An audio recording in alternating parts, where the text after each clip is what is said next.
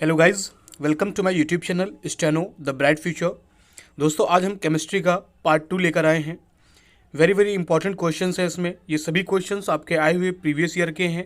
सो आने वाले exam point of view से ये भी सभी क्वेश्चंस बहुत ही इंपॉर्टेंट हैं। सो इनका रिवीजन बहुत ज़रूरी है। चलते हैं अपने पहले प्रश्न पर। निम्न में से कौन सी धातु सबसे अधिक मुलायम है? ऑप्शन है हमारे टिन, सोना, तांबा, एल्यूमिनियम। दोस्तों, ऑप्शन बी सोना।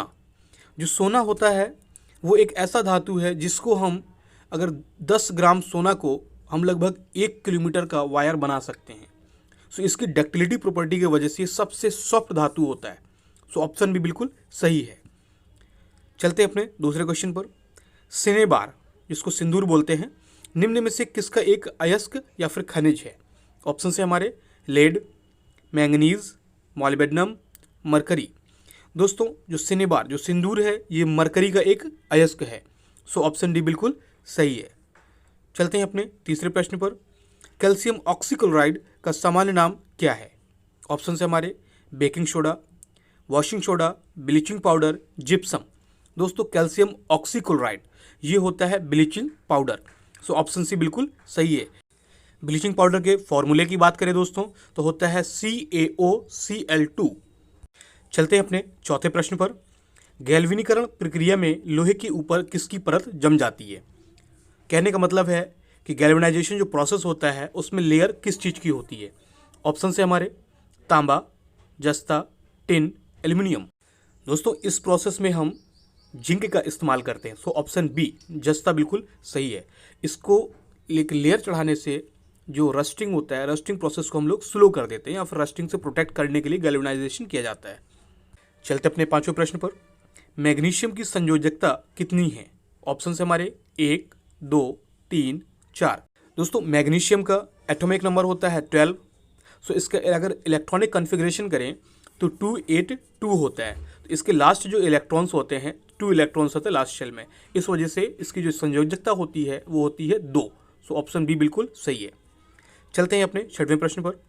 निम्न में से सबसे भारी धातु कौन सी है? ऑप्शन है हमारे लोहा, चांदी, निकेल, ऑस्मियम। दोस्तों, इसका जो सही आंसर है वो है ऑप्शन डी ऑस्मियम। ऑस्मियम लोहा, चांदी, निकेल इन सब से भारी धातु है। चलते हैं अपने सातवें प्रश्न पर।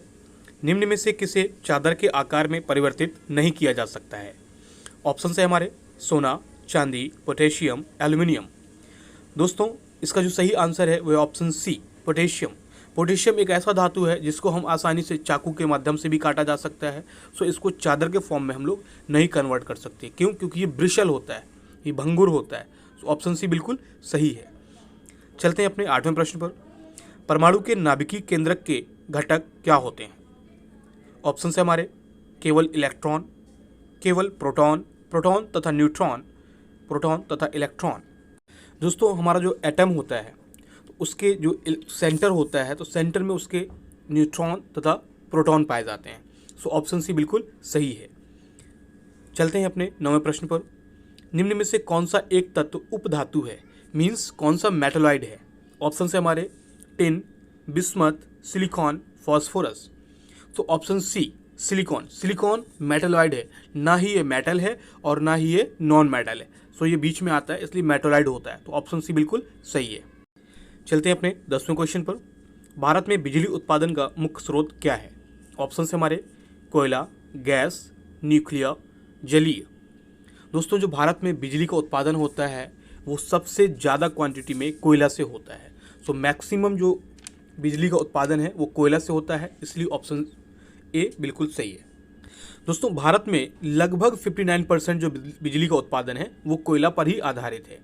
अगर बात करें जलीय विद्युत की तो 17% पर है, प्राकृतिक गैस 9% है और जो हमारी नवीनीकरण ऊर्जा संसाधन है वो 12% और परमाणु 2% योगदान है। इस वजह से कोयला आंसर बिल्कुल सही है।